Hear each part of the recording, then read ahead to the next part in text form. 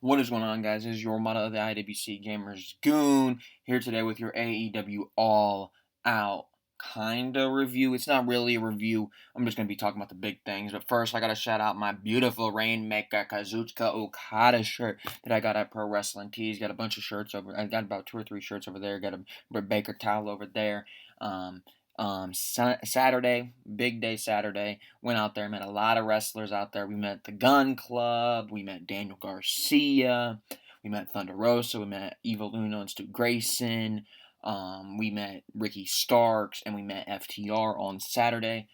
So this weekend was a huge weekend for me as a wrestling fan, and this show put on a home run. Before we even got to the show, though, I decided, you know what, let me go pregame at the party a little bit. The pregame party that PWT was putting on outside the arena, and I met Billy Gunn over there. I actually dunked Austin Gunn in a tank. First throw, by the way, just saying.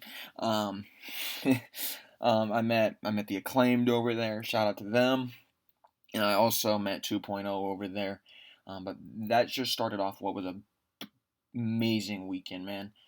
And the part that it baffles me is I've been to all these wrestling shows, man. I'm not gonna act like I'm ungrateful or anything. I've been to a lot of wrestling shows. I don't mean to come off like anything like that, but I've been to a WrestleMania. I've been to Survivor Series. I've been to Money in the Bank. I've been to Extreme Rules. I've been to All In. I've been to All Out. I've been to Revolution. I've been to weekly shows. I've been to house shows.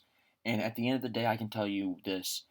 Last night's show in the Now Arena is the best professional wrestling show I've ever watched. Not just in person, but ever watched. And I've watched a lot of fucking wrestling shows. I was talking to my dad about this last night at the hotel. We were sitting there, and I literally said, I don't think anybody could come up with a show that was better than this. Even if you look at like any of the WrestleManias, you look at any of the SummerSlam, you look at any of that. I don't think I think that might be legitimately the best show of all time. It is up there with the greatest shows of all time. That is how great All Out was last night, and it's definitely the best show that I've ever been a part of. AEW and Tony Khan looked Vince McMahon right in the eye, and Tony Khan said, "Hold my beer. You want to see how wrestling's done, Vince? You want to see how wrestling's done, Vince? Watch AEW." AEW hit a home run. WWE talent were watching AEW. WWE talent were tweeting out about AEW. Why? Why? Because AEW didn't just change the game. It's not even a fucking game anymore. They reinvented it. It's a fucking business, not a game. They made this into much more. This ain't child's play. This is the biggest success AEW's ever had. Obviously, the big names are the big names there, but you look up from top to bottom on this card. You look at the first match on the pre-show. You got the buy-in match of HFO going out there against you got Luchasaurus out there, Jungle Boy out there, and the Best Friends out there. That was a very solid match. You start the show off in an unconventional route with Eddie Kingston and Miro, but guess what? That crowd loved Eddie Kingston. I was sitting there chanting for Eddie Kingston. I think everybody would love to see Eddie Kingston win that TNT Championship. And I believe it's going to happen. They left the door open for Eddie to get another match. Eddie should have won that match. To be honest with you, he should have won the match. It didn't end up happening, however. And at the end of the day, they left the door open for another match there with um, with Eddie Kingston going up against Miro. They left another TNT Championship opportunity on the table, and that was huge. That was a phenomenal. The crowd was into it. The crowd loved Eddie. We got Eddie chants going all night. Fuck him up, Eddie. Fuck him up, Eddie Kingston. Dun, dun, dun, dun, dun. Let's go, Eddie. Dun, dun, dun, dun, dun. Eddie Kingston, man, that guy was over in Chicago. We absolutely loved him. Then we got the Jon Moxley match. Jon Moxley, he went out there, he did his thing. And the big news about the Jon Moxley match isn't even Satoshi Kojima and Jon Moxley. Yeah, they came out there, they did their thing. It was a good match up and down. But what happened afterwards was the big thing. I didn't even know that this was a possibility. We got Minoru Suzuki coming on out. The Suzuki Gun coming on out. Suzuki Club This man is a beast. Suzuki, he is a very he's gonna give Moxley a run for his money and being a hard hitting. And that's gonna be a brutal match between Moxley and Suzuki, and it's happening on Dynamite. It's happening on Dynamite. I didn't even think that was a possibility. And at first, I heard music. I looked over. I was like, "Oh, it might be Tanahashi." That makes sense. Tanahashi was supposed to be there at All Out. It makes sense. Then out of nowhere, we see Suzuki. I was like, "What the fuck?" I did not expect Suzuki to show up. Holy shit, man! Talk about a forbidden door. Talk about a forbidden door. They brought in fucking Minoru Suzuki. Shit, that's not something I even would have thought of. Tony Khan hit a home run, man. He hit a home run. He hit a home run with that move. I did not expect it. I'm very excited to see Suzuki in the ring on an AEW televised event on TNT on a Wednesday. I would love to see Suzuki go over. I don't think it's going to happen, but it's going to be a fun match there. Him and Moxley, they're going to beat the shit out of each other. It's going to be phenomenal. A huge debut though there for Suzuki. That is one that we've seen names thrown around. We've seen every name in the book thrown around for who could show up, who could be a surprise at All. Tony said there was going to be some surprises. Who are the surprises going to be? I would have never guessed Suzuki, man. I never would have came up with it. Tanahashi, I probably wouldn't have guessed, but I wouldn't have been too shocked because he has been in and around AEW's the same breath as AEW. Suzuki, that was all the way out in left field, and it was a huge swing and a huge home run with that move from Tony Khan and the AEW staff that brought in Suzuki. I absolutely love that move. That is amazing having Suzuki there in AEW. I think this is more so going to be something that's temporary with Suzuki. I don't think Suzuki's going to end up staying in AEW or anything of that nature. We didn't get Suzuki's All Elite graphic like we did with Soho or like we did with Cole and like we did with Bryan Danielson. We'll get to those ones a little bit later, but we didn't get a graphic like that. So I kind of believe that Suzuki's more so. He might stay a little bit longer than just Wednesday, but I think this is more so a short term thing for Suzuki. Then obviously we had the women's championship on the line. Very good match actually. I would argue and say it's probably the best match we've seen on a pay per view between the women. To be honest with you, Britt Baker, Chris Statlander, they absolutely killed it. Chicago crowd was in it. They got This Is Awesome chance. It was something else, man. They put on a hell of a show. Britt Baker went over, looked great, looked absolutely great. And then they went on to the biggest surprise of the night, to me at least. I did not see this coming. I knew that this was going to be a brutal match, man. You had some nasty spots. You had some thumbtacks in the shoes that were getting kicked all around. It was the steel cage match between the Bucks and the Lucha Bros. And my God, they hit a fucking home run. This was by far the match of the night, in my opinion, which is saying a lot because I think there's a lot of matches on this card that are 4 or 5 stars.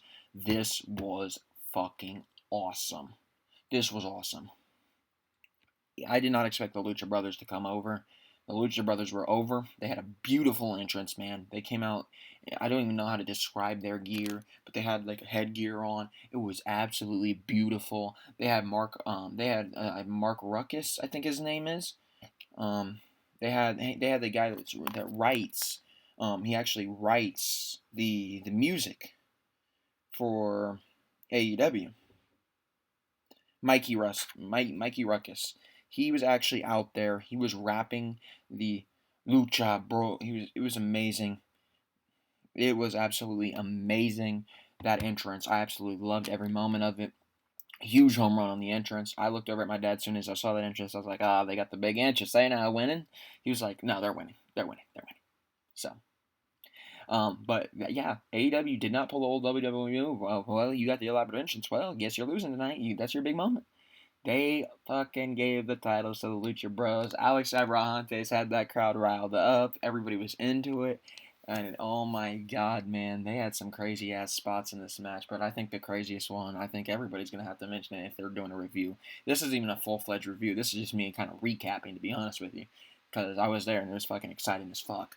That was the best show, I swear to God. But we had Ray Phoenix. Literally, usually when you get on top of the cell, you don't really jump. You more so fall down onto people. This dude jumped like an extra 3 feet in the air, hit a freaking crossbody off the top. Man, that shit was fucking impressive as shit, man. He was running up on the top of there, did a punt kick, I believe to Nick Jackson. I'm not sure which one exactly. I don't remember which one it was. Did one of it to the Bucks. He regained his balance. I was like, oh, if I was doing that shit, I swear to God, I would have fallen and fucking broke my neck. I swear to God. Ray Phoenix is one impressive motherfucker, man. Oh my God. Oh my God, that was a fucking amazing match, man. That was amazing. I couldn't even believe what I was saying half the time. And then you had the fucking Lucha Brothers win the goddamn match. Holy shit, man. Holy shit. I didn't expect the Lucha Brothers to win. I expect this to be one crazy match, but at the end of the day, man, I don't even think anybody expected it to be that crazy. Holy shit. That's all I gotta say about the match. Just holy fucking shit. Then we got into an amazing. I'm gonna say it was amazing because it was actually very enjoyable. It was the 21-woman Casino Battle Royale. Now let me get the list of opponents. We started it off with Sky Blue. We had Hikaru Shida, Emi Sakura, the Bunny, and Abaddon. They were all part of the clubs group. They're the first people to come on out. It is what it is. Sky Blue and Abaddon are eliminated before there is even a second group. The second group is the Diamonds, which has Anna Jay. Huge pop for Anna Jay. Everybody loves Anna Jay. Kiera Hogan, Kylan King, Diamante, and Nyla Rose. Kind of a dud outside of that, outside of Anna Jay. Then we got the Hearts. The Hearts were fucking stacked, man. Holy shit. Holy shit. They just kept playing everybody's fucking theme music one after each other, and holy shit, man. It was pop after pop after fucking pop. Holy shit. We started it off Thunder Rosa, huge pop. Then I think we got Jamie Hayter, huge pop. Penelope Ford, huge pop. Riho, huge pop. Then we got Big Swole, huge pop. And we fucking loved everybody in the Hearts, man. They fucking killed it, man. They fucking killed it. Every single one of them, extremely over with Chicago. Then we got the Spades. Tay Conti came out, huge pop for Tay Conti. Red Velvet came out, oh fucking crowd went fucking quiet as shit. Holy fuck. Red Velvet was not over, man. I don't know what the fucking deal was. Nobody gave a shit about Red Velvet walking out there. I'm not gonna lie to you. I know a lot of people are Red Velvet fans, but holy shit, Chicago could not give a single fuck about Red Velvet. Layla Hirsch came out, big pop for Layla Hirsch. Jade Cargill came up. She got a loud boo pop. I mean, we booed the fuck out of her, but hey, Jade Cargill got a reaction, and Rebel came out to absolutely no fucking reaction. I don't even think anybody fucking sneezed during the fucking reaction. The only reason I popped is because I heard fucking Britt Baker's music. I was like, holy shit, another fucking one of Britt Baker's girls. Holy shit, this is awesome. And then we got the Joker, man. The Joker. I already kind of spoiled it to you. We got fucking Ruby Soho, man. I was sitting there. About 15, 20 seconds before we went because it was countdown on the big screen. Everybody just started chanting Ruby Soho, bum bum ba da da. Ruby Soho, bum bum ba da bum. Which thank God we started chanting that, man, because I felt so bad for these women. There was one fucking dumbass, man. One dumbass. Every single time the countdown was about at 30 seconds, he'd start chanting fucking, we want Tessa. And then you could hear it in the crowd. No, we don't. It was a lot more no, we don'ts than fucking we want Tessa's. Holy shit, I felt so bad for the talent, man. I don't know who that fucking dude was, but Chicago does not claim him. Holy shit, man. I felt so bad. We're sitting here with Anna Jay in the ring, Thunder Rosa in the ring, Penelope Ford, Riho, Jamie Hayter, Big Swole, all these people that got great reactions, really over Hikaru Shida, very good ring wrestlers, and we're sitting here fucking chanting about Tessa Blanchard. If you're gonna fucking chant for, at least chant at the fucking Joker time, man. We knew nobody was gonna fucking enter. We knew nobody was entering until the Joker. There was 20 fucking women announced. The fuck are we chanting? We want Tessa for, bro. You fucking dipshit. If you were the fucking dumbass that started that chant, I want you to sincerely know that you need to go fuck yourself. You are a fucking dumbass. Holy shit, man, that pissed me off. I didn't want to chant no we don't because I thought it was rude to the wrestlers. I thought it was rude to them. They're not doing anything wrong. The match was perfectly fine. And we're sitting here Chanting about fucking Tessa Blanchard. You fucking dipshit, bro. Holy shit, man. That guy fucking pissed me off. Then we got Ruby Soho. Ruby Soho came out. Fucking huge ass ovation, man. Everybody loved Ruby. She came out. Destination unknown. Ruby, Ruby, Ruby, Ruby, Ruby Soho. Destination unknown. Ruby, Ruby, Ruby, Ruby Soho. Holy shit, man. Everybody was into it. Her music stopped. This woman hasn't even stepped foot in a ring before in AEW, and everybody knows the fucking song because of her fucking vignette that she put up. And everybody was singing that shit even after the music stopped as she entered the ring. Holy shit, man. We loved fucking Ruby Soho. She went out there. She absolutely fucking killed it. She looked phenomenal. Looks like I don't even want to say lost a step. She hasn't lost a step, but I think she might have even got better in her time away from the Fed, which is the unfortunate thing I don't want to mention in the WWE. But yeah, she got better. Vince McMahon, you want to know about that edgy punk rock girl that you let go, that Ruby Wright? Yeah, her. Yeah, Vince, she got a loud reaction, and she's going to be challenging the most over woman in all of AEW. Have fun with that. Fucking dipshit, Vince McMahon. Vince McMahon and that one fucking Tessa Blanchard dude are in the same wavelength, man. They're fucking stupid. They're fucking stupid. What the fuck was the purpose of it? What's the fucking purpose of firing Ruby Riott? What's the fucking purpose of chanting Tessa Blanchard? Shut the fuck up and fucking learn what the fuck you're doing when it comes to booking a professional wrestling show, man. Holy shit. Holy fucking shit. Ruby Soho. Big ovation. It was her and, of course, Thunder Rosa there as the final two women. Thunder Rosa, we had a lot of chance for Thunder Rosa. Thunder Rosa, Ruby Soho. We had a kind of a little taste of what could be a match down the line between the two. I feel like they were kind of setting that up. I don't know if they played it over on commentary, to be honest with you, because I didn't watch it. Because I was there live. Thunder Rosa, huge, because we literally were split. There was half the stadium was chanting Thunder Rosa, half the stadium was chanting Ruby Soho, and I was chanting both. I'm not even joking. If I wanted to post the whole thing of it, I'm not going to because I really don't feel like editing. But if I wanted to, you could hear me. Ruby Soho, Thunder Rosa, Ruby Soho, Thunder Rosa. It was fucking amazing, man. Just the 2 minutes that they were in there with each other was fucking amazing. I thought for a second Thunder Rosa would end up winning because I was like, surely Ruby Soho doesn't win on her debut. But hey, I fucking enjoyed the shit out of it, man. Ruby Soho won. She gave a hug to Bryce Remsburg. It was such a huge moment. She sat in the ring, all excited. Everybody chanting, singing along to the Ruby Soho song. That was a fucking home run. Tony Khan hit it out the fucking park with that one. Holy shit, man. That was only the second of 4 debuts on the show, and he fucking hit the first 2 out of the fucking park. What do you think he's going to do with the other 2, man? Don't fucking sit there on a fucking media call going into SummerSlam. Well, why don't we give him some more talent? You're already fucking losing, Vince. What the fuck you want to give him more talent to? So he can fucking bury you some further? You fucking moron. The fuck are you doing giving him free fucking talent? Fuck. You want to fucking cut Sasha Banks while you're at it? You want to cut fucking Bailey? Holy shit. You want to fucking cut Ricochet? Do everybody a fucking favor and send them to a fucking real professional wrestling business instead of a fucking fake ass sports entertainment fucking show? Let's just fucking see the dudes that fucking can wrestle. Holy shit, man. Instead of sitting there, why don't we give them some more? Fuck, they'll take that shit and they'll fucking make you look stupid. That's what Ruby Soho did. That's what the other 2 did. Holy shit, man. We got Chris Jericho going up in his potential last match. If he loses, he will be retiring from in-ring competition. Goes up against MJF. MJF wins. Holy shit, man. Chris Jericho can no longer wrestle in an AEW ring. However, Aubrey Edwards, the one time Aubrey Edwards fucks up. She referees all the Jericho matches. She's a perfect ref in everybody's standards. But the one time she fucks up is Jericho's last match. She declares MJF the winner. He's raising his hand.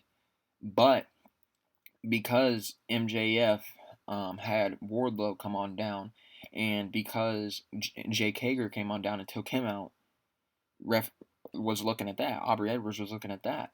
MJF he ends up pinning Jericho. He has him down. He hit him with the bat as well, but he ends up pinning Jericho. And Jericho gets his foot on the rope, but Aubrey, she's not in position to see it. 1, 2, 3. Looks over, calls for it, and then you hear Justin Roberts. Chris Jericho has wrestled his last. I don't even know what it said, to be honest. Everybody was fucking just chanting, "Foot, the foot, the foot, the foot, the foot." Everybody was on the fucking foot, man. Holy shit, the crowd would have fucking been fucking erupting. I'm not even joking. I started fucking a Tony Khan chant. It didn't get over, but I fucking tried. I was like, fucking get Tony's ass out here. Let's get fucking Tony to restart this bitch. But there was a referee that was helping get the other guys to the back. He was looking at the ring when this pinfall was happening, and Aubrey, after declaring him, he's like, and then he calls her over. He's like, hey, the foot was on the rope. She was like, but it was 3. No, his foot was on the rope. So they go over, they restart the match. Jericho tries to go for a roll, doesn't count. And MJF tries to get back at him. MJF tries to lock something on the arm of Jericho. They're selling Jericho's arm in the back of MJF. And by the way, MJF took a fucking brutal ass spot on the fucking the edge of the ring apron. Holy shit, man, that fucking made me fucking. I'm not even joking. I went from fucking hyped as fuck to see Jericho. I went from that. I was like, holy shit. I'm not even joking. Like, I legitimately had like a fucking. I was very worried for a second. That MJF might have legitimately hurt himself there. Because that was a fucking brutal ass powerbomb on the side of that ring apron, man. Holy shit. Holy shit, man. Fucking MJF. Props to him for taking that, man. Props to him for taking that. But Jericho, he ends up getting in the walls, and since they're playing up the back injury for MJF, he scoots his way over to the ropes. Jericho repositions him, and MJF taps out. Holy shit, man. Holy shit. Huge moment for Jericho. You got the inner circle coming on down, celebrating with him as it's going off. And they're just sitting there holding each other's hands up. Holy shit, man. Everybody loves Jericho. Everybody loves him some Jericho. And then we got the CM Punk match, which I thought should have probably. At the end of the night, I'm not too concerned about where they put it because of what happened at the end of the show. But holy shit, man. CM Punk has not lost a beat. This man has not lost a single fucking beat. And that might be because he was in there with Darby, and Darby did a hell of a job putting over CM Punk.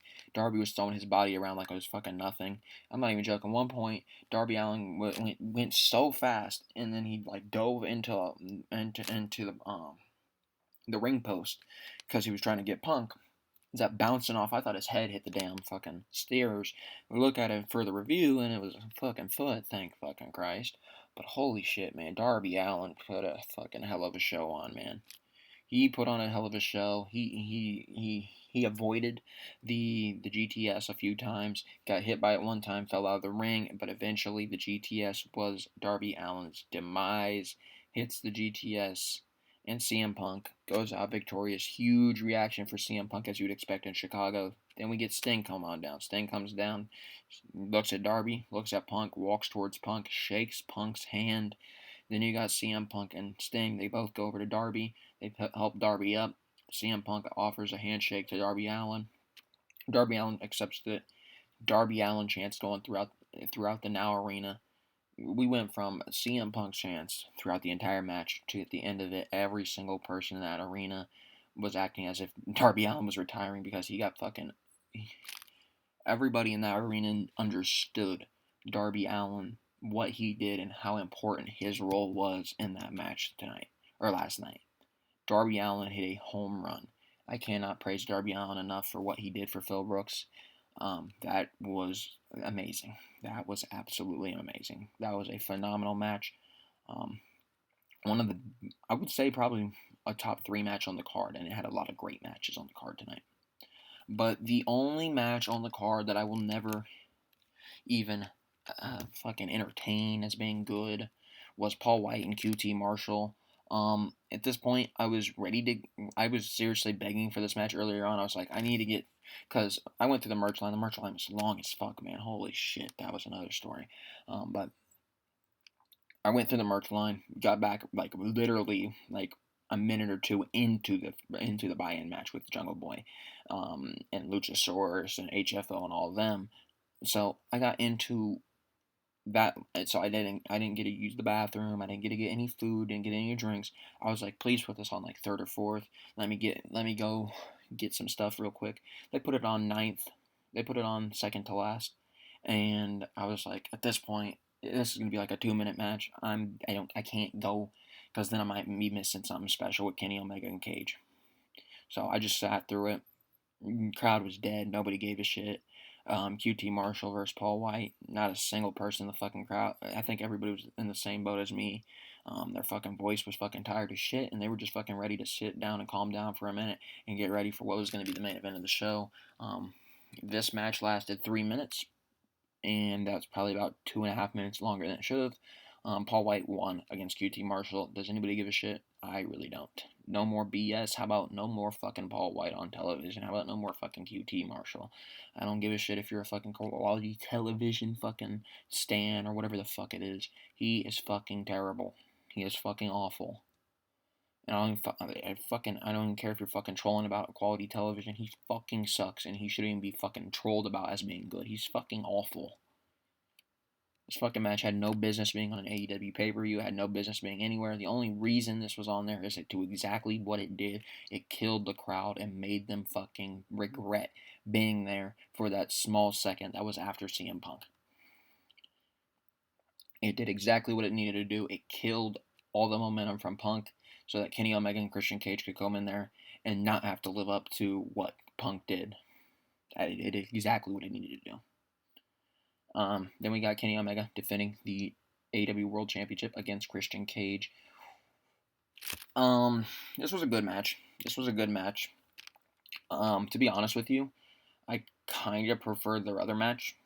However, it didn't really matter because the match isn't the story here. Kenny Omega wins. Kind of expected that. But the story here is Kenny Omega afterwards, he steps on the mic and he says something along the lines of how he's the best in the world right now. It's not CM Punk, it's not that. And he's like, the only people that could beat me are people that are either retired, they're not here, or they're dead. And soon as he said they're dead, holy shit, man, that got the loudest fucking pop of the year, I feel. Not even the year, but the fucking night. No, because we had a louder pop later, but up to that point, that was the loudest pop that Chicago gave, in my opinion. And then, soon as he said, or they're dead, the lights flicker off. There's an orange flash on the screen. Holy shit, man. Everybody in there was like, oh god, here he is. Here he is, man. Oh shit. It is Adam fucking Cole, man. I'm like, holy shit, they did Adam Cole before Bryan Danielson. They got this motherfucker 2 or 3 weeks after fucking Takeover, man. Vince McMahon, hey, you don't want to give this man his Twitch channel. Tony Khan's more than willing. Look at Evil Uno. He's fucking running a Twitch. Miro, he's running a Twitch. You can't give this man a Twitch channel. Okay, let him go on and be with his friends. Let him go on and be with his girlfriend, fiance, whatever Britt Baker is to him. You are a stupid dude, Vince. I don't even care. I would rewrite the fucking edict on fucking Twitch. I would start letting guys like Randy Orton go back to Twitch. I don't give a shit at that point. Not when you're about to lose Adam Cole. You fucking moron. Throw all the money in the world you want at somebody. But don't let him do what he's passionate about. You fucking idiot. Sometimes money can't speak louder than what somebody's heart wants. And if Adam Cole wants to fucking stream on Twitch, Vince, why the fuck would you stop him? Tony Khan ain't gonna stop him, and Tony Khan just got a fucking home run. He fucking hit a third home run. And that's just in terms of people debuting. That ain't even requiring the matches. No, there was one thing that wasn't a home run, and it was intentionally not a home run with QT Marshall.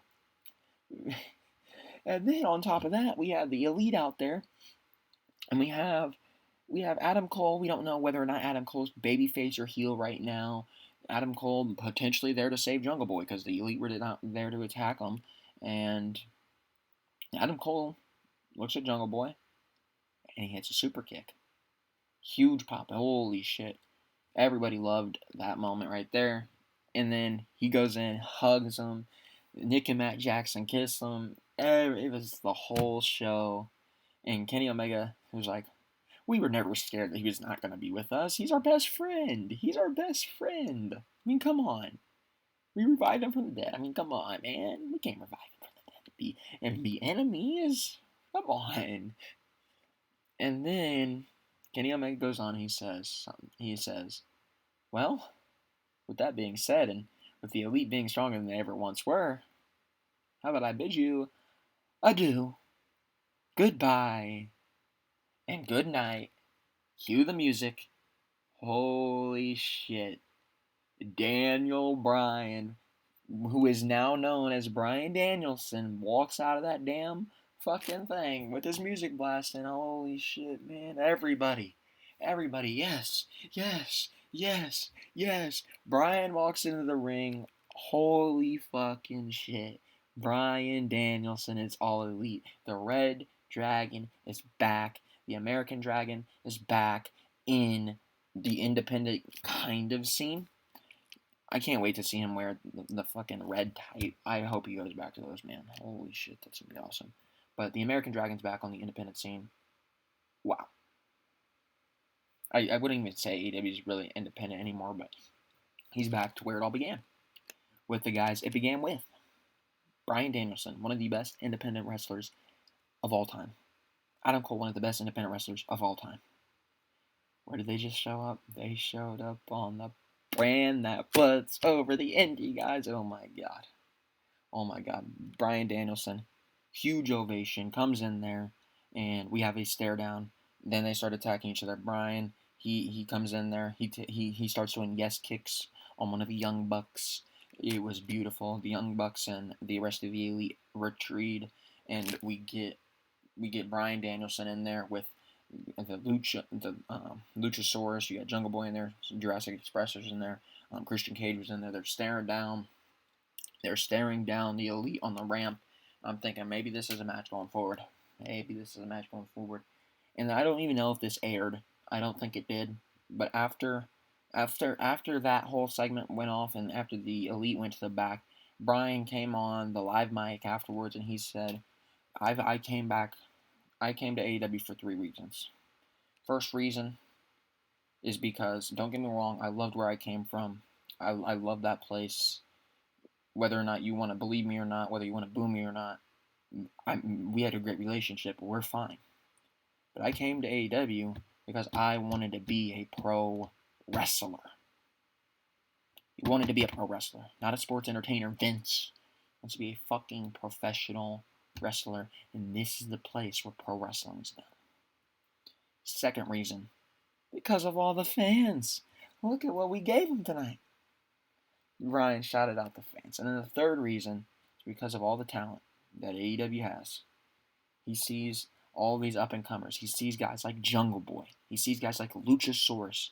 And he said, guys like Christian, guys like Punk, guys like me, the reason we came to AEW is because we see these guys busting their asses off before anybody even knew about AEW. These are the guys that built AEW.